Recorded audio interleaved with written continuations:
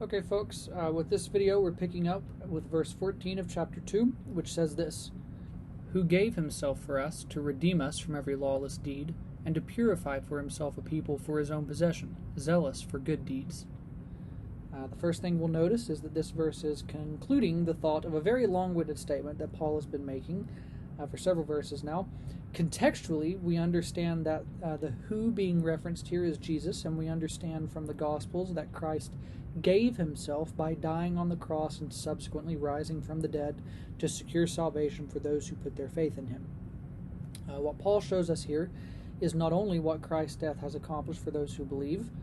which is redemption from every lawless deed and purification, but he's also showing us a justification for everything that he's written in this chapter. We'll remember that chapter 2 has consisted of Paul instructing Titus on how to carry himself when looking for church leaders on the island of Crete.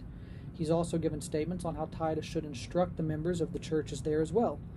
And all of this is given in light of the fact that there are opponents to the gospel at work on the island, chief among those the Judaizers, who are teaching a false doctrine of faith and works. But here with verse 14, and really with verses 11 through 14 as a whole, Paul demonstrates that believers can and should live sensibly and righteously thanks to the grace of God.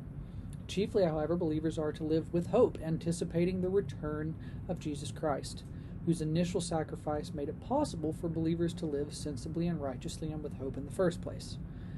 So verse 14 provides a nice bookend to everything Paul has said so far in verses 11 through 13, and shows us a good rationale for why believers should live in this manner.